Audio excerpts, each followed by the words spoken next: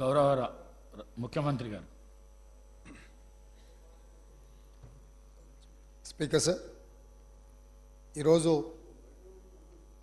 మనందరి గర్వకారణం తెలుగు బిడ్డ, తెలంగాణ బిడ్డ, ఏకైక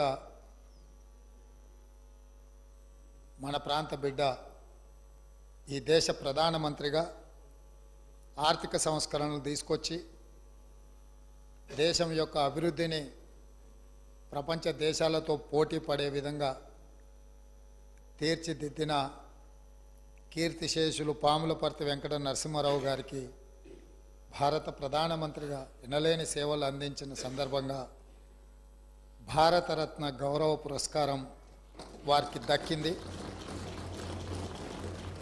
ఆలస్యమైన వారికి గౌరవం దక్కడం ఈ దేశ ప్రజలందరికీ కూడా గర్వకారణం.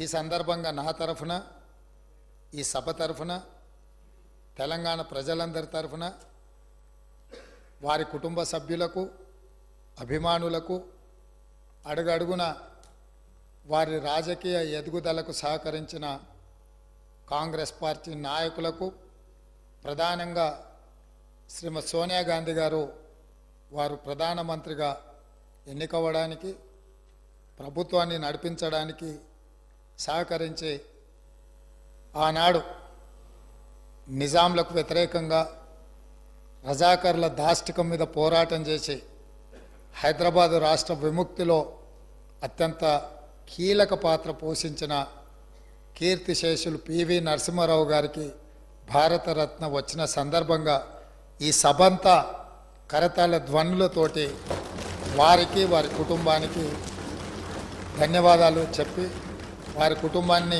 మనస్ఫూర్తిగా అభినందిస్తున్నా.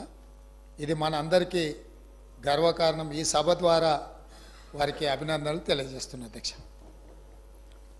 Now lunch break for 30 minutes.